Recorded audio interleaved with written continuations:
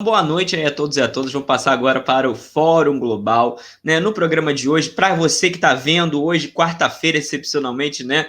Ana Prestes, ontem foi feriado, a gente vai fazer o programa hoje. E também a gente vai ter esse programa repercutido no domingo, todo domingo, às 8 da manhã. Tem uma audiência incrível, então bom dia também para quem está nos acompanhando pelo domingo, né? E boa noite, né? Bom início de noite para quem está nos acompanhando ao vivo na quarta-feira. Boa noite, Ana Prestes. Boa noite, Lucas. Bem-vindo de volta. Você já chegou no quente, né, do programa.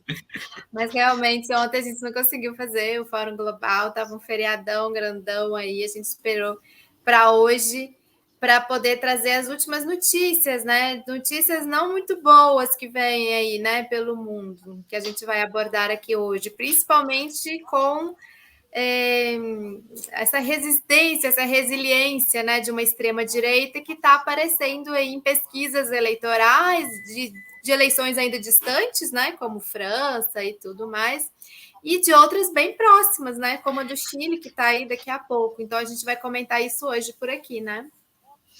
Exatamente. Ana conduziu o programa semana passada maravilhosamente bem com Elia Jabur, né? O programa que bombou falando sobre a China, né? Estamos todos de volta aqui hoje para a gente fazer essa nossa conversa semanal aqui sobre a América, sobre o mundo aqui na revista Fórum, sobre o mundo. América Latina e além.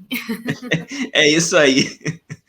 Às vezes dá aquela travada, né? Ainda mais voltando hoje no pique, retomando o pique, né, Ana? A gente às vezes fica meio perdido.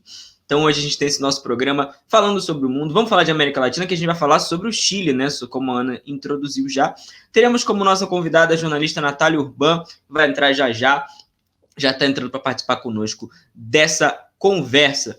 E a gente teve também essa semana, né, Ana, uma explosão aí de uma investigação internacional envolvendo 3 presidentes, diversas figuras importantes na América Latina, ex-presidentes, que foi o Pandora Papers. A gente também vai comentar um pouquinho sobre isso, né? Isso, os papeles de Panamá, né, como eles têm falado na América Latina, o Panamá não, Pandora. O Panamá foi o anterior. Foi o outro.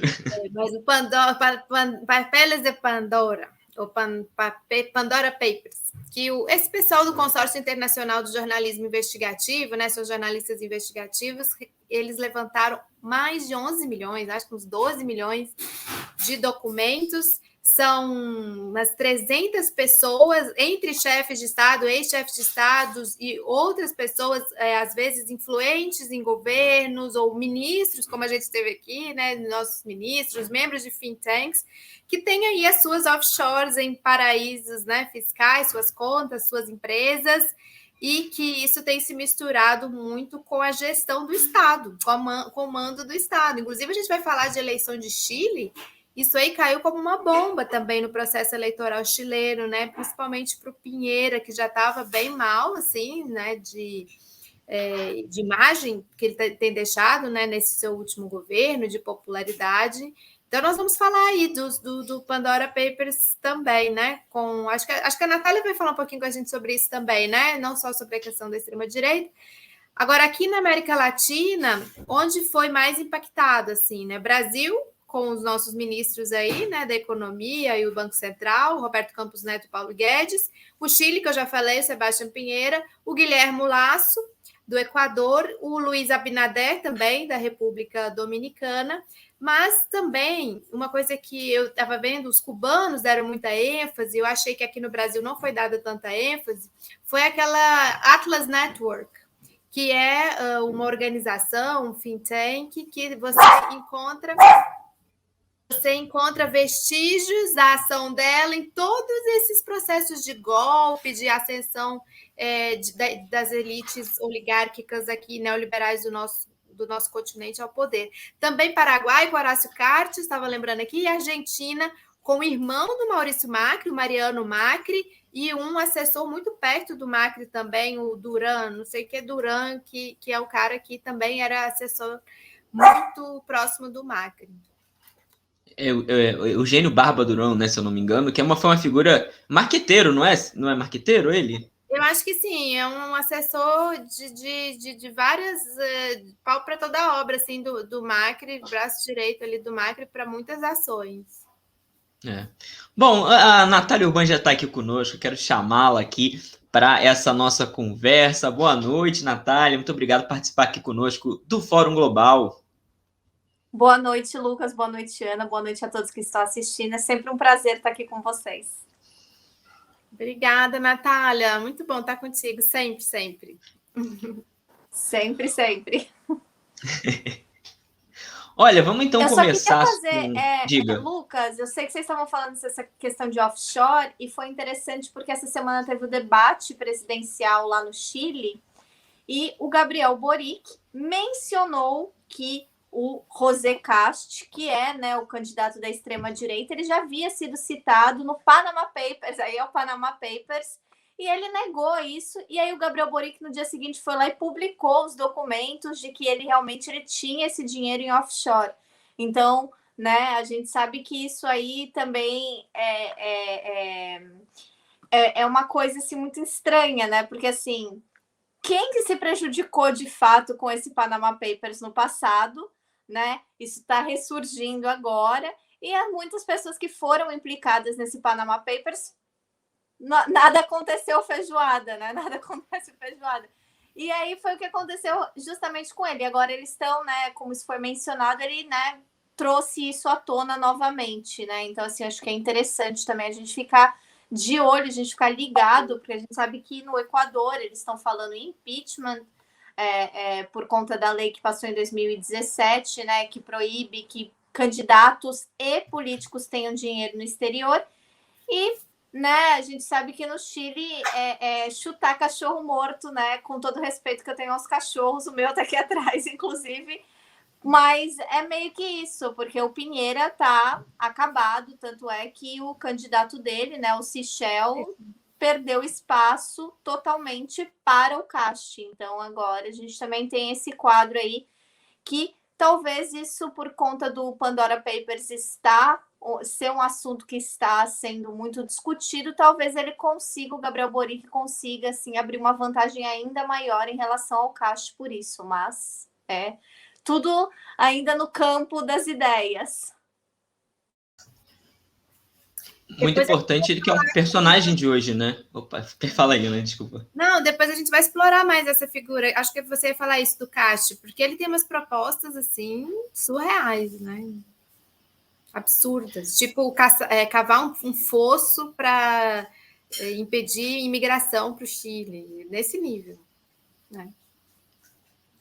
Tem uma fotinho dele aqui, ó, nada simpático, Cast. Lembra muito outras figuras, né, da extrema-direita. Parece que tem um perfil muito parecido. Então, esse aí é o José Cast, que a Natália estava comentando agora há pouco, que é candidato.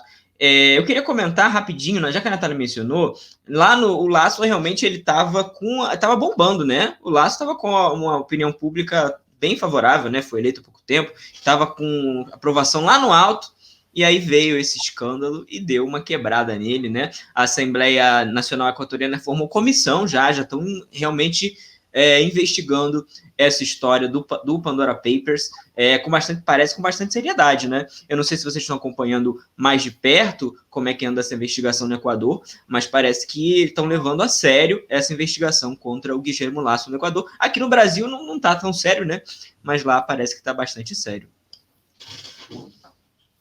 É meio ridículo, né? A gente primeiro falar que uma pessoa dessa estava com uma aprovação alta, aí é uma crítica às pessoas que o aprovavam, porque a gente não pode esquecer da crise, né, que está acontecendo nas prisões no Equador, que é horrível, que é absurdo que isso esteja acontecendo e que grande parte da mídia esteja ignorando isso, porque o Equador passou por um dos maiores massacres carcerários de toda a história da América do Sul, inclusive contando com o massacre do Carandiru.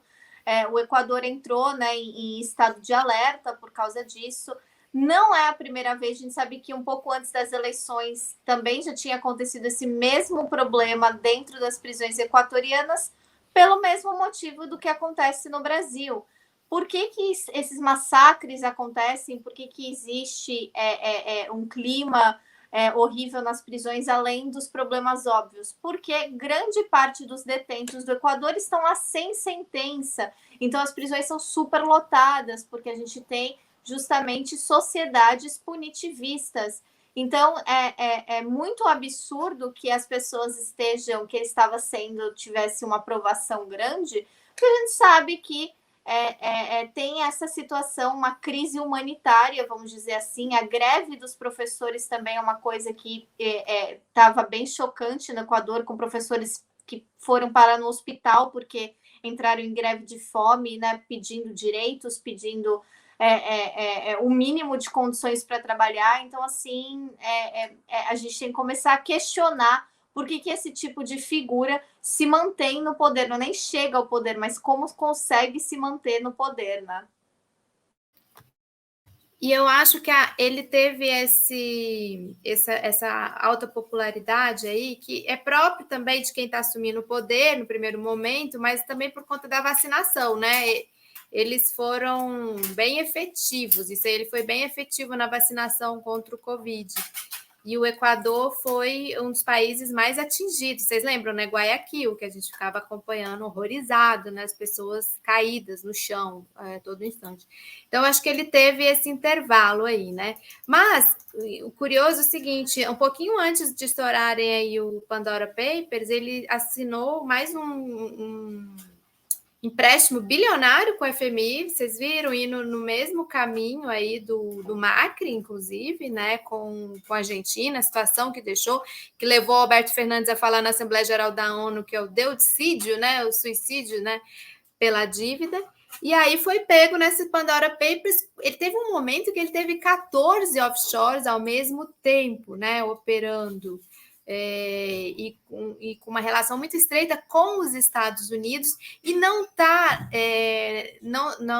é segredo para ninguém do total apoio dos Estados Unidos à sua candidatura, né? E a derrota do Andrés Arauz, construído ali justamente, inclusive, com o próprio Lenin Moreno, né? Essa situação toda, para que o Arauz não vencesse, né, a eleição no Equador. Agora, uma coisa que é interessante, né, interessante e triste, todas essas figuras, Paulo Guedes, Guilherme Lasso, Sebastião Pinheira, todos eles vêm desse setor bancário de créditos, né? O Pinheira, que é um dos maiores bilionários, né, da América do Sul, ele tem uma ficha corrida extensa, que eu fui olhar, até já foi comprovado, né?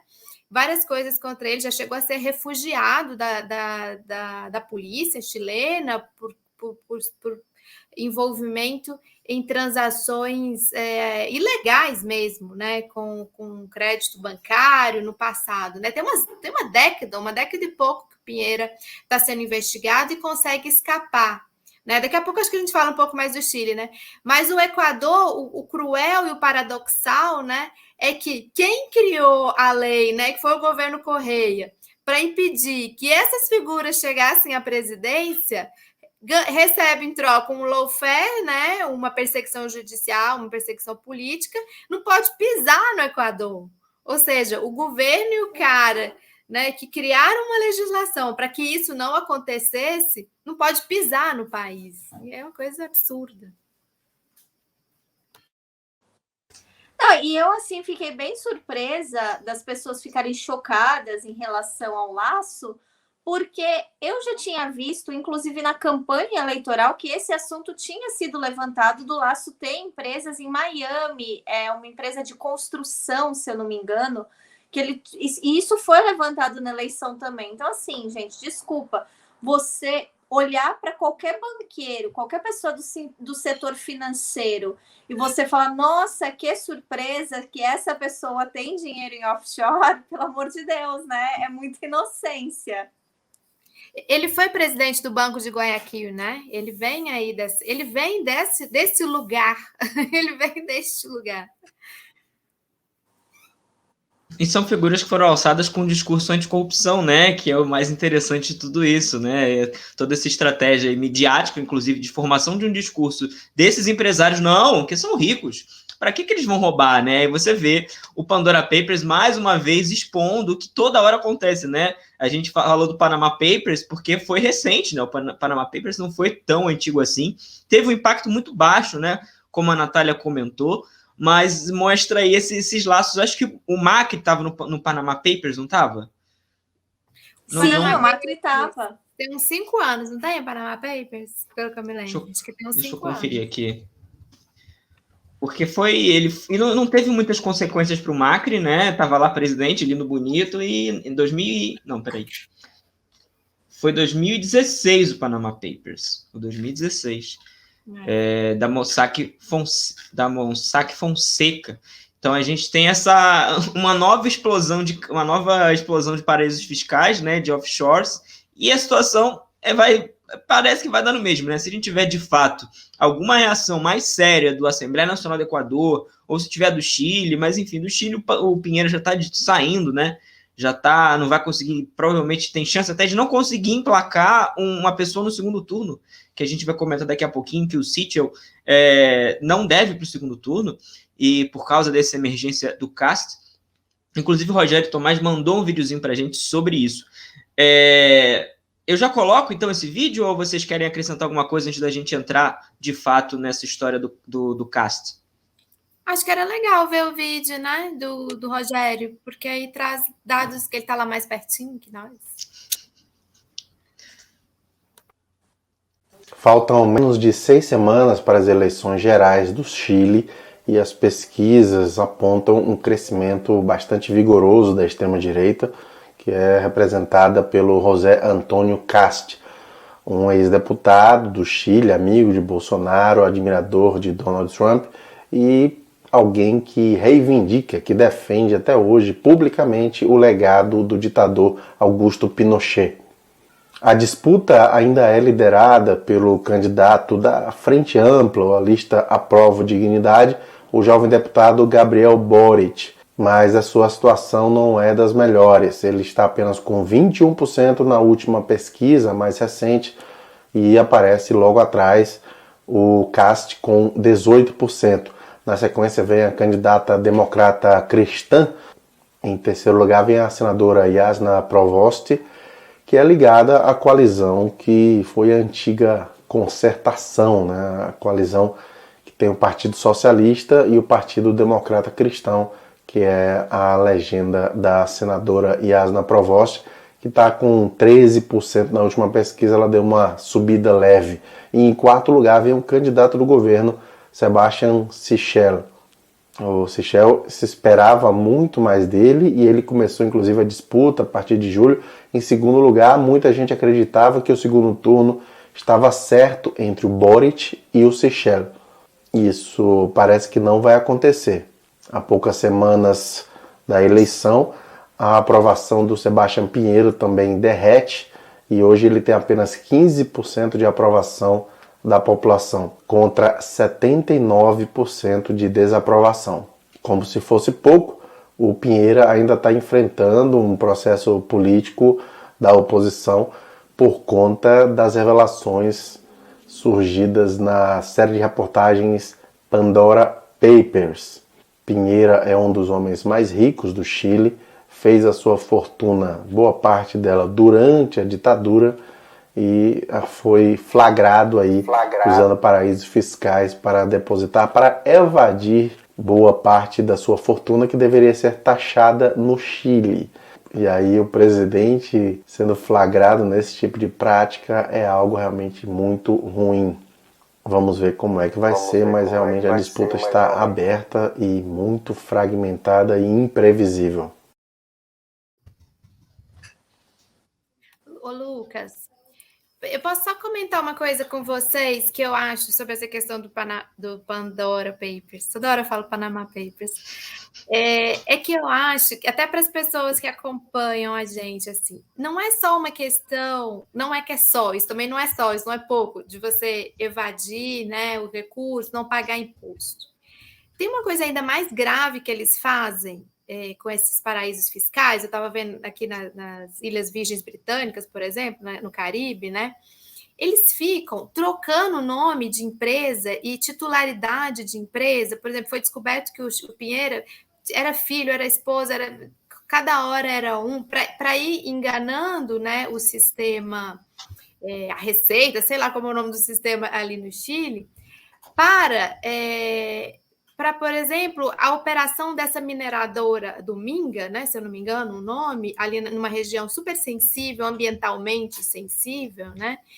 Ou seja, é tão pernicioso, é tão até mais profundo, assim, entranha tanto na estrutura do Estado e tem efeitos deletérios profundos, inclusive ambientais, sociais, políticos.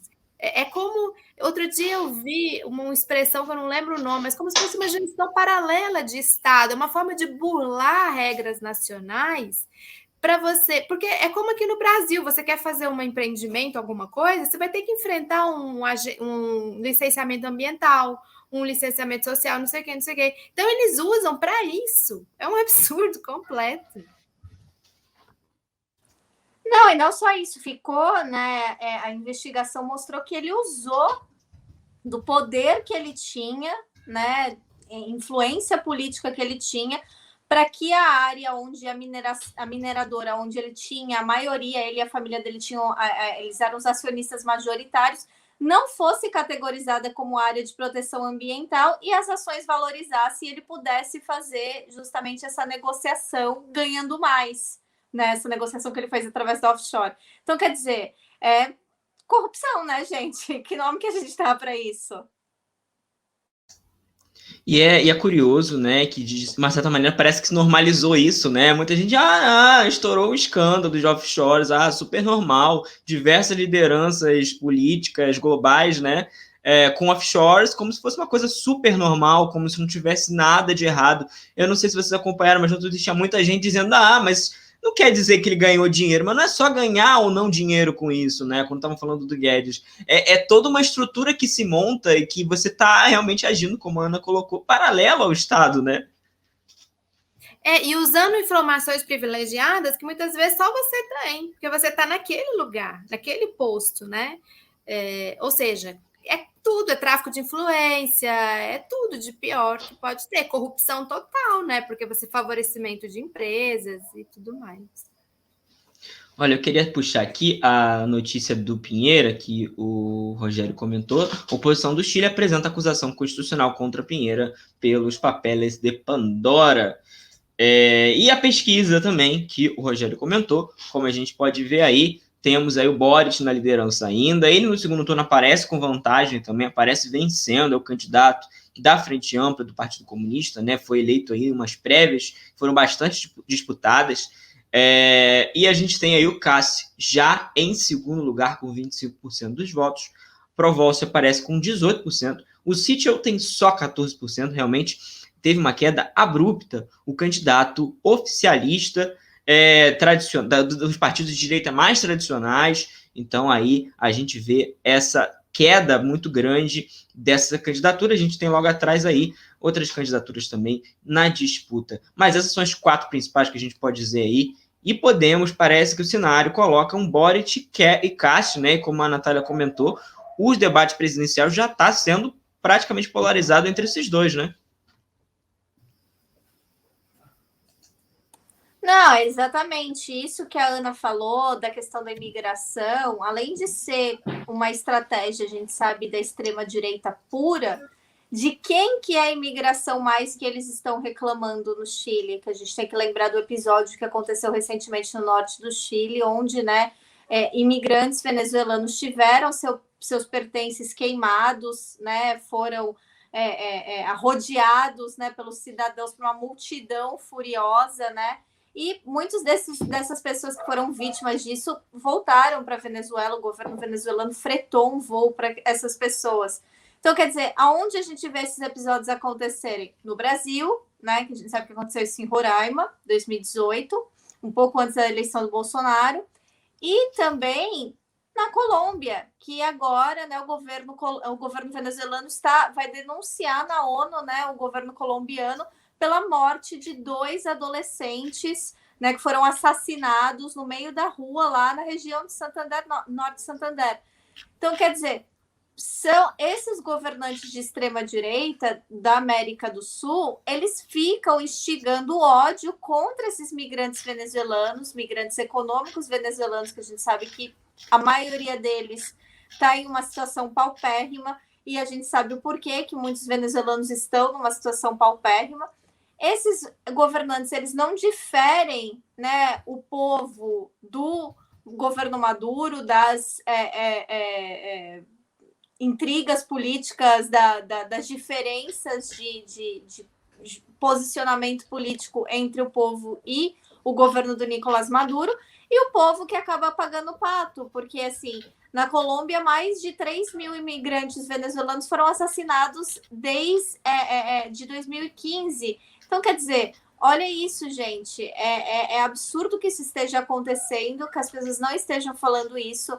A gente sabe que as condições da chegada dos imigrantes venezuelanos no Brasil também é vergonhosa, também é absurda, eles colocando, né, as pessoas basicamente em chiqueirinhos, né, fechando essas pessoas, especialmente os indígenas venezuelanos passam por uma situação muito constrangedora quando vão, né, para o Brasil. E a gente sabe por que ele está fazendo isso, porque ele está jogando nessa semente da xenofobia, da discórdia, trazendo esse sentimento, porque isso é item número 0 da agenda da extrema-direita global, né? A gente tem, várias fotos. Eu estava olhando aqui, né, o perfil do Eduardo Bolsonaro, porque é importante de sempre ver esses vínculos internacionais da extrema-direita. A gente já teve aqui programas aqui na TV Fórum falando sobre como há uma articulação entre diversos setores, né? O Vox da Espanha é um grande articulador. E o Eduardo Bolsonaro é uma figura, o filho do presidente Jair Bolsonaro, deputado federal, é uma figura que está sempre articulada com essa extrema-direita global. Tem foto dele com o Cast, fotinho aí, foi de 2018, se eu não me engano, e eu abri o perfil do Eduardo Bolsonaro, são vários tweets com o Cast, é vídeo do Cast, é realmente uma figura próxima, e já esteve na CEPAC Brasil, que é o evento dos conservadores que o Eduardo Bolsonaro faz, então tem um laço forte com o presidente Jair Bolsonaro, né? Vocês veem que é possível ter uma mão do bolsonarismo, do Steve Bannon nessa campanha eleitoral chilena? Olha, eu não sei, mas ele já foi candidato, né? Em 2017, com 8%, me parece. E na época ele falava, né? Eu estava lendo na imprensa que se o Pinochet tivesse vivo, ia votar nele, umas coisas assim. Então, não é uma figura completamente nova no cenário, né? Então, deve estar, sim, nessas articulações aí internacionais, né, que eles fazem, os bolsonaros. Diz, Natália. Ele é um dos membros do Fórum de Madrid. Então, quer dizer, né, dessa articulação, né? Exatamente, da articulação que foi criada, né, juntamente entre o Vox e o Eduardo Bolsonaro, que é o maior articulador, o filho geopolítico do excrementíssimo. E eles estão articulados, eles estão muito articulados, na verdade, dentro desse quadro da extrema-direita latino-americana e ibero-europeia, né, da Península Ibérica. Eles estão justamente apoiando essas candidaturas, apoiando esse projeto político, eles estão trocando figurinhas e fazendo esse intercâmbio internacional entre eles, né? Não só de troca de experiências e de apoio público, mas também, né, a gente sabe que é muito suspeito, né, o fato da gente ver a jornalista espanhola criando fake news sobre o Lula, sendo que ela é uma das pessoas que foi membro do Vox, é uma pessoa que é o Alan dos Santos da Espanha, né, e criou, né, esse factoide, foi disseminado, né, pela Rede Record e pelos meios bolsonaristas, como se ela fosse uma pessoa assim com uma credibilidade assim maravilhosa. E não, ela é, novamente, o Alan dos Santos, ela é tipo a doidinha lá da Espanha, né? Aquela que todo mundo olha e fala, nossa, lá vai ela de novo, qual é a nova loucura dessa vez? Então, assim, é muito preocupante que eles estejam articulados a nível global. A gente sabe que isso tem essa preocupação, mas mais preocupante ainda é essa articulação regional, porque a gente tem muitas eleições importantes para acontecer. A do Brasil é a principal, e eu não estou falando isso só porque a gente é brasileiro, mas porque isso é um consenso, né, entre os analistas geopolíticos, entre os próprios acadêmicos das ciências políticas, de que a eleição do Brasil vai ser uma eleição de definição para justamente essa polarização política a nível até global, porque o Brasil tem uma importância global muito grande, e a gente também sabe que o Steve Bannon falou, ele mesmo falou, não podemos deixar o Lula ganhar, o Lula é o maior inimigo que nós temos nesse momento. Então, assim, tudo isso, né, acontecendo, e aí a gente olha e tem que perguntar, e tem que fazer a crítica. Por que nós da esquerda não temos essa articulação, gente? Pelo amor de Deus. Porque a gente tem os mecanismos já conhecidos, né? O Grupo de Puebla, o Foro de São Paulo, que trabalham a nível global. O Grupo de Puebla trabalha também com a Península Ibérica, né? Tem o Podemos, que tem uma representação muito grande lá, mas não tem um alcance midiático como essas pessoas estão conseguindo ter. E elas estão conseguindo ter esse alcance midiático porque eles fazem uma coisa muito Alemanha nazista, um show para criar, né, um motivo para que até as mídias que são inimigas deles darem notícias que eles querem ser dadas.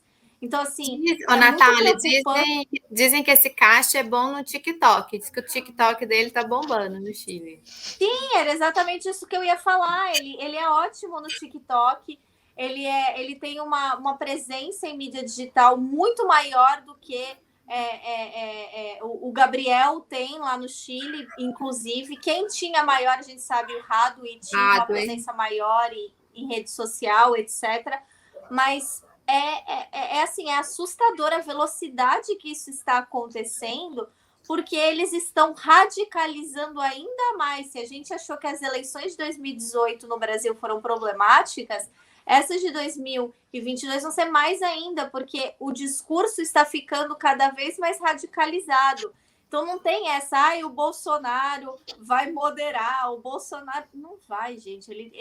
Porque a extrema-direita mundial não está moderando, a extrema-direita mundial está radicalizando. É o que eu falei. A gente chegou no momento que esse eufemismo de extrema-direita já está ultrapassado. A gente tem que começar realmente a chamar eles de fascistas, porque eles estão usando o palanque eleitoral deles para atiçar o povo contra imigrante, contra minorias, contra a classe trabalhadora, contra os movimentos de esquerda, obviamente, né, criando essa guerra de espectro total contra a ameaça comunista. No caso, ainda o Vox coloca não só os partidos de esquerda, mas também os movimentos indígenas latino-americanos como inimigos. Então, assim, é um quadro muito complicado que a gente está vivendo agora. Olha, eu confesso que, assim, tenho acompanhado essa eleição do Chile já há um tempo, né? Todo esse processo do Chile, desde 2019, né? Mais de perto. Eu não esperava um segundo turno assim, não. Eu estava dando como certo já um segundo turno Boric e o Sichel. Até me surpreendeu a Provost passar o Sichel. Quer dizer que esses votos estão indo mesmo pro cara, para esse caixa aí, os votos da direita, né? Os votos, inclusive, de base do Pinheira, né? Base do Pinheira tá difícil, porque ele tá perdendo essa base há um tempo já, né? Mas desses partidos que estão na base dele, né? Me surpreendeu bastante. E tá uma confusão entre os socialistas. Tá uma confusão, tá uma divisão entre eles, e muito voto indo, que eu acho bom, né? Mas tem muito voto indo pro Boric, em vez de ir para a democrata cristã, né? Que é a Provost. Mas eu não fico mais surpresa em relação a isso. Eu acho que isso é uma coisa...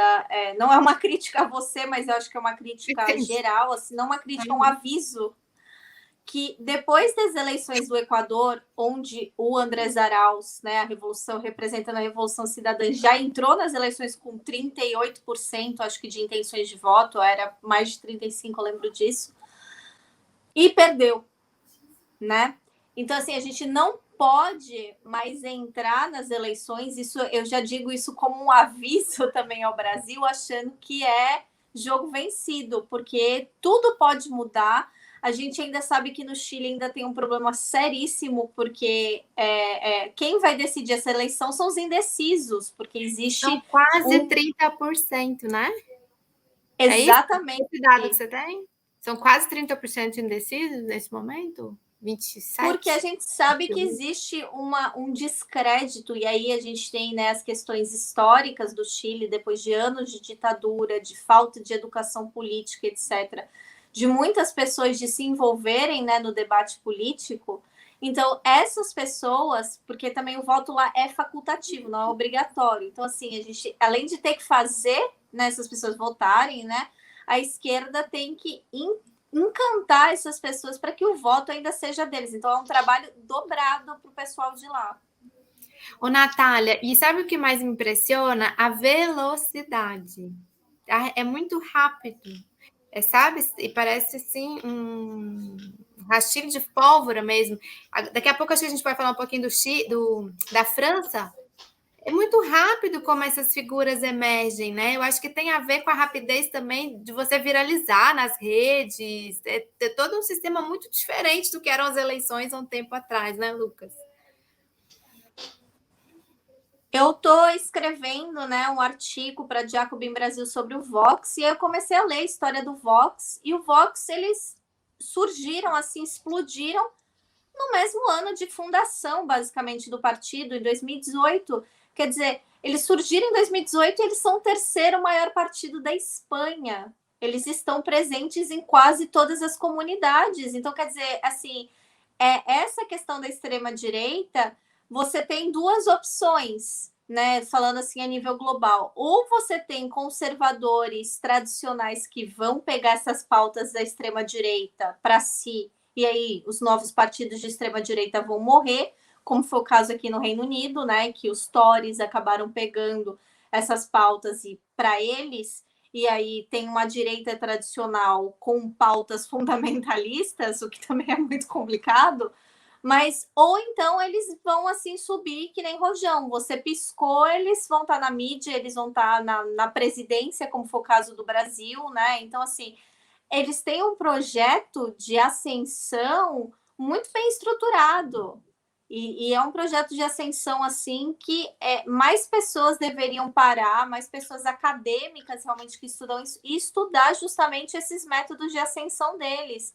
Porque virou realmente uma ameaça global. Hoje eu estava com o professor Leujani e ele ainda estava falando, né, do discurso, né, do Putin lá em Davos, e falou, né, o Putin lembrando, falando assim, nós não podemos voltar a 1933. Então, é esse quadro que a gente está vivendo agora, realmente. Deixa eu só passar aqui rapidinho. Não queria interromper vocês, a conversa está muito boa, mas eu queria passar aqui no nosso chat, o pessoal está comentando bastante por aqui, falando das offshores. A Nádia, nos corretores de investimentos, é super natural ter essa dinheirama nas offshores, disse a Nádia aqui nos nossos comentários. Offshore é uma coisa normal e natural no mundo financeiro, porque são pessoas de rentistas que gostam de posar de cidadão de bens. Se Paulo Guedes fosse um bom ministro, eu não consegui ler, o comentário ficou grande, eu me perdi aqui lendo rapidinho. O pessoal está aqui comentando também sobre não consigo entender a inércia do povo chileno, demoraram demais para se rebelar com a herança maldita da ditadura militar. E é um assunto que eu queria entrar, antes da gente passar para a França, que está tendo processo constituinte lá no Chile, né? A gente está com uma Assembleia Constituinte, ela está avançando, está um pouco tendo algumas dificuldades, né, que é natural, uma Assembleia Constituinte demora para ser feita, mas, ao mesmo tempo, surge essa demanda aí da extrema-direita, né, surge uma candidatura forte de extrema-direita, e que, como que pode atrapalhar o processo da Constituinte, né? Além em termos práticos, né, se ele for eleito, a gente não vai ter a implementação dessa... É muito difícil de ter a implementação dessa Constituição, né, pelo tudo que ele está sinalizando, porque além da Constituição em papel ter que ter o plebiscito, né, tem toda a fase de regulamentação, né, e estando na presidência ele pode atrapalhar muita coisa, inclusive na própria aprovação, no plebiscito. Mas como é que esse fenômeno do CAST pode gerar uma resposta a essa Constituinte e atrapalhar em outros cenários também? Como é que vocês veem isso?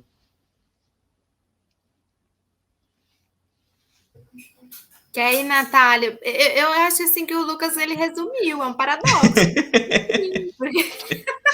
Você tem um grande levantamento, 30 anos depois, né?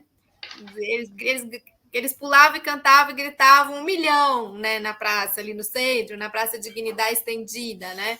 Não são 30 pesos, são 30 anos, né? Tá em diálogo aí com a Nádia, que está nos comentários falando por que os chilenos demoraram, entre aspas, né? Cada povo, cada sociedade tem também o seu processo. Vamos lembrar o pavor que foi também, né? A ditadura chilena. Então, você consegue atingir essa meta tão sonhada por eles, né, de uma nova Constituição. Você está num processo de construção de uma nova Constituição. E aí você pode eleger um cara que ele é totalmente antagônico a qualquer processo. Não é nem só a Carta Constitucional em si, é o processo de construção de uma Carta Constitucional. É um grande paradoxo aí, que está um quebra-cabeça para os cientistas políticos mesmo. Eu acho que também, Ana, é isso que falou, por que demorou tanto? Novamente, gente, o Chile passou por décadas de ditadura, e a gente tem que lembrar isso. Eu dou o exemplo do Brasil, por exemplo. Você deve ter um avô, um tio na sua casa, que vai falar, mas na ditadura não era tão ruim. A gente tem que lembrar que essas ditaduras, principalmente as da América do Sul, o que elas faziam? Elas não estimulavam o debate político, porque não existia, não podia ter. Era censurado em jornal, era censurado em universidades, era censurado nas ruas. Então, assim, a educação política, falar sobre política, pensar política, foi proibido por muitas décadas. Então, muitas pessoas que, na ditadura que era bom, etc., porque elas não tinham noção do que acontecia, elas não tinham noção da corrupção, elas não tinham noção dos desaparecidos políticos, elas não tinham noção do terror que era dentro dos movimentos sindicais, dentro de movimentos estudantis, das universidades, enfim. Essas pessoas não tinham noção, e no Chile foi a mesma coisa. Então, assim, a gente, obviamente, você não vai ver uma pessoa chilena na mídia falando, não, eu nem lembro da ditadura Pinochet, para falar de política. Você vai pegar pessoas já politizadas que vão falar desses assuntos. Então, a gente tem que lembrar que, num todo, né, no grosso, foi uma época pesada de despolitização, porque justamente essas ditaduras estimulam a pessoa a se despolitizar, porque gente despolitizada não questiona o sistema, não questiona o que está acontecendo. Então, assim, todo esse processo que a gente viu, que culminou nas grandes manifestações de 2019, foi justamente um processo, foram anos de movimentos menores, de reivindicações que foram juntando com outras reivindicações e grupos juntando com grupos, etc., de pessoas, justamente, muitas dessas pessoas eram pessoas que já estavam ligadas à política há muitas décadas, muitas delas tinham sido sobreviventes da ditadura Pinochet e voltaram com isso, o movimento estudantil. Então, assim, são várias esferas que demoraram anos, tiveram um processo de anos para poder, né, culminar nos grandes protestos que fizeram essa pressão internacional para que essa constituinte acontecesse, né, as eleições da constituinte acontecessem. Que a gente lembre, né, que o Piñera nunca quis que isso acontecesse também, né? Não, e é importante também lembrar, né, e a gente fala sempre aqui, quando a gente fala de Chile, é muito importante lembrar que foi mais do que o neoliberalismo chileno, né, todo esse neoliberalismo autoritário chileno, ele foi mais do que uma política econômica, ele foi uma cultura política. Pinochet implantou uma cultura política no Chile, muito dura, que você não tinha mais acesso à educação pública, à saúde pública. Então, a individualidade das pessoas era neoliberal no Chile, né? Tem todo esse debate acadêmico, que eu não vou fazer isso agora, porque não é minha área de especialização acadêmica Chile, nada disso, mas há todo esse debate de como no Chile você teve a implementação do modelo neoliberal radical, muito radical, né? Que foi lá na raiz, e que afeta as pessoas do mais básico, né? Então, para você romper com isso, né, precisa de um processo muito forte, muito longo, muito doloroso, porque, enfim, o Chile teve uma experiência socialista eleita pelas urnas, e do nada veio esse processo dessa ditadura, e a gente viu aí os 30 anos de sociedade dormindo, não exatamente, né, eu não acho que é um sono profundo, né, a Nádia comentou aqui que seria um sono profundo. Eu acho que é complicado a gente fazer essa avaliação de que seria um sono profundo, enfim, vamos acompanhar, né, o processo do Chile. Um Estado terrorista, e o terrorismo desse Estado era baseado numa caça aos comunistas, um sentimento anticomunista mesmo, de colocar medo nas pessoas, né? E não só no Chile, na América do Sul como um todo, né? À toa que nós todos tivemos ditaduras, inclusive aqui no Brasil, né? Justamente nessa mesma época, né? 64, nos anos 70, quando acontece o golpe no Chile em 73, nós estávamos com quase uma década aí de regime militar, e tem todo o contexto do Plano Condor e toda a questão de uma guerra fria completamente assim, acirrada, e um terror anticomunista que pairava em cima da cabeça de todas essas pessoas. Bom, vamos então passar para a França, né? Porque a gente também vê, não é só na América Latina que a gente vê essa bagunça política, tem também na França, né? O berço do iluminismo está sofrendo, né? Berço do iluminismo com aspas, né, gente? Para não ser tão ocidentalizado. Mas a gente tem visto na França a Le Pen por muitos anos como uma grande alternativa, e agora tem uma outra alternativa que é pior do que a Le Pen, né? Que é o jornalista Zemmour, não sei pronunciar não, mas vamos mostrar a pesquisa aí. O Zemmour, ele está com 17% das intenções de voto em pesquisa Harris, que saiu nessa última semana. Ele aparece, então, à frente de Le Pen, que é a grande referência lá da extrema-direita francesa. Agora a gente tem uma extrema-direita mais à direita do que Le Pen. O Macron segue na liderança com 25%, mas de toda forma é um cenário que chama muita atenção, essa explosão desse candidato, né? Confesso para vocês que eu não conhecia essa figura até essa explosão, eu fiquei meio assim, gente, mas não já tinha extrema-direita? Por que está aparecendo uma outra extrema-direita? Como é que vocês enxergam esse cenário francês meio doido aí, né? É interessante, né, que ele não é candidato oficial ainda, né? Ele ainda não é um candidato oficial, ele é uma pessoa... me lembra muito o Bolsonaro, sabe? Que foi ganhando mídia, e aí, eu vou ser candidato à presidência, e até então, depois que eu, inclusive, publiquei aqui na Fórum que o Reino Unido, por exemplo, já falava com o Bolsonaro até antes do Bolsonaro ser candidato à presidência. Então, vocês veem, né? Tipo assim, foi uma coisa que é construída, né? Você constrói a persona antes para justamente ter um candidato bem-sucedido. Ele é uma pessoa que tem uma origem muito estranha, porque, assim, ele é filho de imigrantes da Algéria, ou seja, imigrantes africanos, né? Ele é judeu, então ele é, né, judeu africano, né, de origem, que a gente pode dizer origem étnica árabe, né, um árabe judeu, cresceu nas periferias imigrantes de Paris, começou a trabalhar como jornalista político no Le Monde, se eu não me engano, né, ele cobria jornalismo político, e aí ele começou a pegar justamente... Né, ele começou a estudar, começou a publicar sobre extrema-direita, movimentações da extrema-direita, e se tornou uma pessoa de extrema-direita. E ele fala muito, né, o que ele tem falado, que não é tanto a praia assim, da Le Pen, porque tantos os três, Le Pen, Macron e ele, tem, né, a islamofobia. Islamofobia é o establishment francês agora, né? Você ser islamofóbico, você achar que todo muçulmano é extremista, que todo muçulmano vai matar todo mundo, que é terrorista, enfim.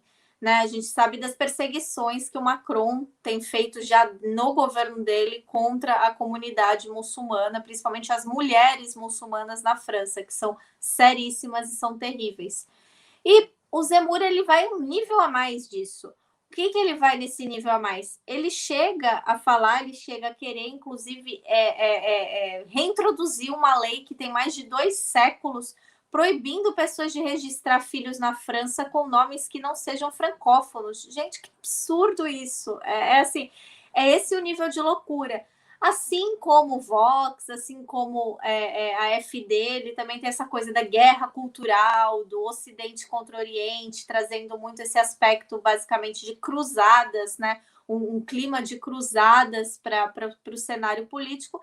E, obviamente, né, a xenofobia gritando. Ele é uma das pessoas que também é eurocético, e quando eu digo eurocético, né, que é contrário à União Europeia, não por uma oposição a políticas econômicas, políticas neoliberais da União Europeia. Não, é justamente por conta da questão do livre trânsito de cidadãos, né, da União Europeia. E, obviamente, ele bate muito nos refugiados. Então, a gente também tem que lembrar, principalmente ele sendo da origem que ele que muitos desses refugiados que estão na França, etc., são refugiados dessa região Líbia, dessa região, né, árabe da África, que foram pessoas que justamente acabaram pedindo refúgio, acabaram entrando nessa situação de asilo por conta, né, das guerras, né, da Primavera Árabe, né, que foi fortemente apoiada pela própria França, porque a França ainda tem um poder seríssimo, né, na África e no Oriente Médio. Então, assim, é um contrassenso. Toda a campanha dele é muito odiosa. Ele realmente está um nível a mais da Marine Le Pen. Ele fala coisas que a Marine Le Pen já, né, não falaria, que você não ouviu ela falar. Então, a gente está vendo esse cenário de extremismo porque realmente as pessoas estão muito desgostosas com o establishment e elas acham que eles vão procurar um bode expiatório para questionar a realidade miserável delas, em vez de questionar justamente os poderosos, elas questionam justamente aqueles que estão já à margem da sociedade, que no caso são os imigrantes, as minorias étnicas. Ele também fala muito dessa questão de ideologia de gênero. Então, ele assim, fala contra as mulheres, não fala? Ele tem um discurso contra as mulheres na política, não tem? Uma coisa assim? Eu vi tem, que extremamente ele fala, misógino. a política não pode ser conduzida por mulheres. Eu vi que ele fala alguma coisa assim, né? Ele tem preconceitos nessa área de gênero contra os muçulmanos, o Islã, de uma forma geral, e também contra o rap, contra qualquer cultura que ele considere subcultura, não sei o quê. Tem todo um discurso assim pronto. Você acha, Natália, que a Le Pen perdeu o posto por ter moderado no discurso? Foi suplantado por esse... Está sendo suplantada, né, por esse cara aí, por isso? Ela deixou de ser tão... Não sei, tão... ela combatia mais essa questão da União Europeia, né? Defendia uma saída da França, da União Europeia, da saída da zona do euro e tudo mais, e ela deixou, né, aos poucos, de defender isso. Eu acho que, né, a Brexit assustou muita gente, porque realmente a situação aqui está dificílima. Então, quer dizer... No programa passado a gente comentou isso. A situação aqui está terror. Assim, não tem mão de obra em nada, não, prateleira vazia de supermercado virou uma realidade. Assim, o governo precisou colocar soldados para fazer trabalho de entregador, porque não tem motorista de caminhão. Então, assim, tá uma situação assim absurda, parece até piada, mas é realmente absurdo. E ainda tem gente falando para mim, pelo menos você não está no Brasil do Bolsonaro. Eu falo assim, eu estou no Reino Unido do Boris Johnson, então eu sofro duplamente pelo Brasil do Bolsonaro e no Reino Unido do Boris Johnson. Então, assim, eu acho que além do Brexit ter sido um grande fiasco, e eu não digo fiasco, porque não tem comida no supermercado e não tem mão de obra. Não, gente. As negociações do Brexit foram um fiasco. Porque o Reino Unido saiu com a mão na frente e outra atrás. Eles não ganharam vantagem nenhuma nisso. Nenhuma. Quem conduziu, eles tentaram, né? Fingiram, maquiaram, mas quem conduziu realmente o protocolo, né, de saída do Reino Unido foi a União Europeia, que teve o que bem quis, que teve o que bem entendeu nisso. E eu acho que isso deixou, e eu não digo nem tanto que ela moderou, eu digo que o problema lá na França foi o contrário, foi isso que eu tinha te falado do Reino Unido. O Macron começou a falar coisas que ela também não falava da maneira que ele falava, principalmente em relação aos muçulmanos. Ela tem, obviamente, uma reserva muito grande, um preconceito extremo aos imigrantes muçulmanos, mas o Macron estava querendo justamente, né, colocar registro para os muçulmanos que moram lá. Então, quer dizer, gente, pelo amor de Deus. E um outro aspecto do Zemmour que é muito interessante e muito controverso, vamos dizer assim, que o Zemmour é um apologista do Holocausto, né? E apesar de ser judeu, etc., ele é uma pessoa que tenta defender a República, né? O governo, né, de Vichy, que era, né, a França ocupada pelos nazistas. Então ele fala que eles eram os verdadeiros patriotas. Então, assim, é muito complicado, porque aí você entra num caso, né, de tipo, não, mas você não pode falar isso porque você é antissemita. Eu sou judeu, como é que você vai falar que eu sou antissemita? Uhum. Então, assim, e a gente sabe que isso na Europa, negação do Holocausto na Europa é um crime mundial, obviamente a gente sabe disso, mas na Europa tem um peso diferente, principalmente na França, né, que nos anos pós-guerra guilhotinou muitos dos generais que estavam envolvidos, né, nessa ocupação aí de Vichy, né, da França nazista. Gente, eu queria pegar aqui um comentário para gente comentar. A Nádia comentou: por pior que seja a xenofobia na França, jamais a extrema-direita vai chegar ao poder por lá. Mas eu acho que é mais do que chegar literalmente ao poder, né? É o discurso se tornar hegemônico, né? A Natália já comentou que a islamofobia é hegemônica, e vou pegar de novo a pesquisa. O Macron tem 25, a Le Pen tem de 15, o Zemmour tem 17. Já tem muita gente, né, na direita. O Macron a gente não joga para a extrema-direita, mas enfim, tem esse discurso islamofóbico, e na hora de somar tudo isso, acaba fazendo uma pressão, por mais que não sejam eleitos, né? Le Pen e Zemmour, representando aí mais de 30% do eleitorado, exercem uma pressão, e para a gente comparar, a candidatura de esquerda do Mélenchon tem 11%. A Anne Hidalgo, que é prefeita de Paris, que é do Partido Socialista, tem 5%. Esse Pécresse também é da direita, não é? Não é direita tradicional, se eu não me engano? Esse com 11% também junto do Mélenchon? Eu acho que sim. Uhum. Então é uma galera fazendo grande pressão por um discurso mais radical à direita, que, enfim, que para você neutralizar isso não vai ser fácil.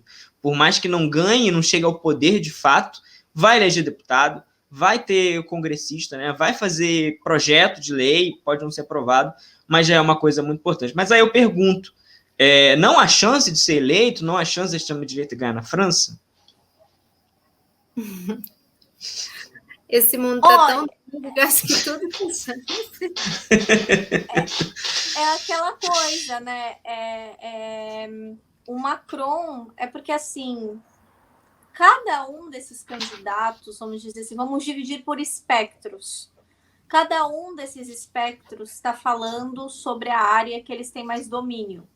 Então, por exemplo, assim, a gente tem o Mélenchon falando da questão das horas de trabalho, direitos dos trabalhadores, aumento salarial, que são as pautas puxadas pelos sindicatos, né? São as pautas da esquerda, são pautas recuperação econômica através do ponto de vista da classe trabalhadora, né? Nesse pós-Covid, como o Covid justamente escancarou essa realidade precária, né, de precarização do trabalho, inclusive, né, as pessoas falam, nossa, mas aqui, até na Europa, sim, em todo lugar o trabalhador foi colocado num patamar de dispensável pelo sistema capitalista. E o Macron, né, ele anunciou aquele plano dele lá de injeção de reindustrialização da França de 30 bilhões de euros, desculpa, de, né, injeção para novas tecnologias, para isso e para aquilo, porque economia foi o que fez ele levar as eleições, né, que ele ganhou, né, no passado. Então ele está tentando focar nisso. E a extrema-direita faz a única coisa que eles sabem fazer, que é disseminar discurso de ódio. Então, é uma questão realmente também de ver a quem que essas pessoas estão, para quem que elas estão cantando. Porque também na França o voto não é obrigatório, o voto também é facultativo. Então, também a gente tem que levar isso em consideração. Então, o próprio Zemmour fala que ele está falando com os homens, com as pessoas, os franceses do povo. Vamos dizer assim, com os populares, né, com a classe trabalhadora branca francesa. Assim como, né, ele também fala que ele também fala com alguns poucos burgueses nacionalistas, patriotas. Então, quer dizer, ele também já chama a burguesia para dialogar com ele. Então, assim, tudo varia, eles não estão tratando dos mesmos assuntos ainda, né? Porque a campanha não começou oficialmente. Então, assim, isso também vai depender de como esses debates vão se dar, de como essas propostas apresentadas vão acontecer. E aí a gente vai poder ter um quadro assim mais firme de falar, olha, eu acho que realmente tem chance, eu acho que isso foi só fogo de palha, e vamos ver, né? O que eu estava vendo é que na França tá um clima geral, assim, para baixo, não de decepção geral e de uma crítica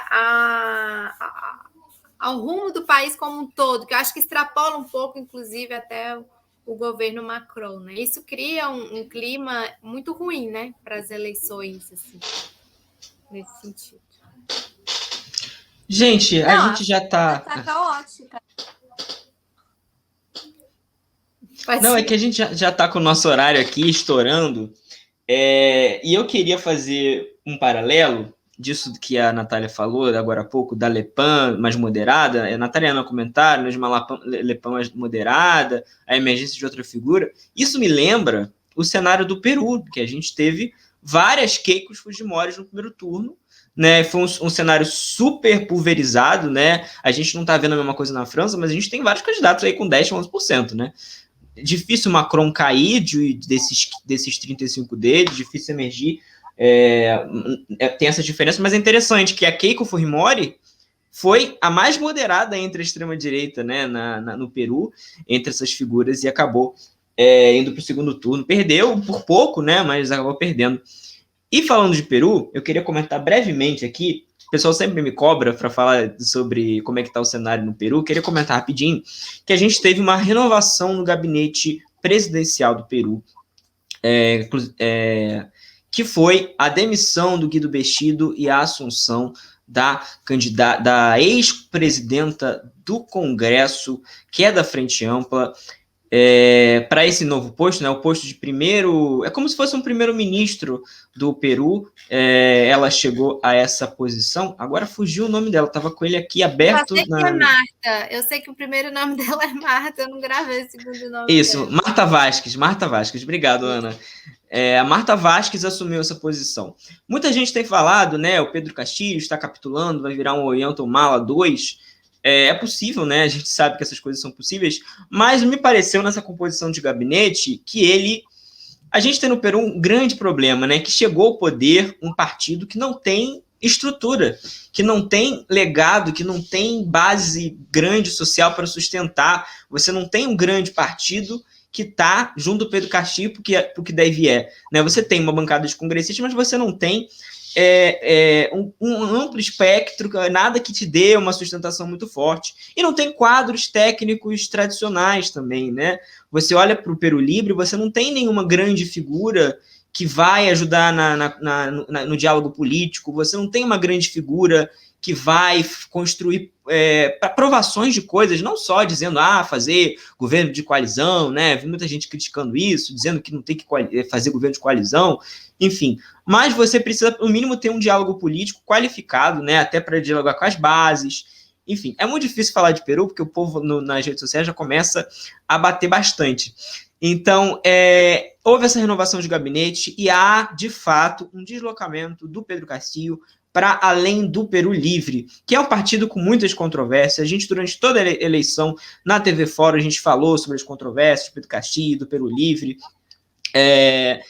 E agora ele montou um gabinete que tem a presidenta do Conselho de Ministros da Frente Ampla, uma mulher da Frente Ampla, uma figura bem interessante e que não é de direita. Não é uma figura de direita. É uma figura de esquerda, pode não ser a maior revolucionária, pode não ser a do Peru Livre, mas não quer dizer que não ser do Peru Livre não seja de esquerda no Peru. Né? Eu acho que tem um debate aí que é interessante a gente comentar. Eu acho que esse novo governo, que é um novo governo, né, novo gabinete, no Peru isso é fácil de fazer, desmontar gabinete, montar gabinete, então não significa que o governo vai cair amanhã, não significa isso, pode acontecer. Na política peruana não dá para você colocar muita coisa por muito tempo como estável, né? Mas eu achei muito interessante essa modificação, porque não houve uma adesão ao bloco da direita nesse governo. Você não vê figuras tradicionais de direita nesse governo, você vê figuras, uma relocação de posições, um afastamento do Peru Livre, mas tem uma identidade ali interessante, e essa remodelação foi feita 3-4 dias depois do anúncio do programa Segunda Reforma Agrária. Então, parece que o governo Castillo quer se sustentar. Eu acho que o que o Castillo sinalizou com essa mudança é que ele quer continuar como presidente, ele quer implementar os projetos deles, mas ele quer governar. Ele não quer ficar só levantando uma cartilha e não apresentando nada. Porque o que parecia antes é que o Peru Livre está rachado, né? Isso é importante. O Peru Livre está rachado, o Vladimir Cerrón não gostou dessa quebra. Eu não sei como é que vocês veem esse cenário, eu falei muito aqui, mas eu queria que vocês comentassem como é que vocês veem esse cenário, se vocês acompanharam essa confusão que está lá no Peru. Ele não é que ele não gostou, ele tá bem puto. Desculpa o palavreado, ele tá bem puto, porque logo depois o que aconteceu foi o Guido, ele disse que ele foi tirado do cargo, né? Que ele foi pedido pelo Pedro Castillo para que ele fizesse a carta de demissão dele no país.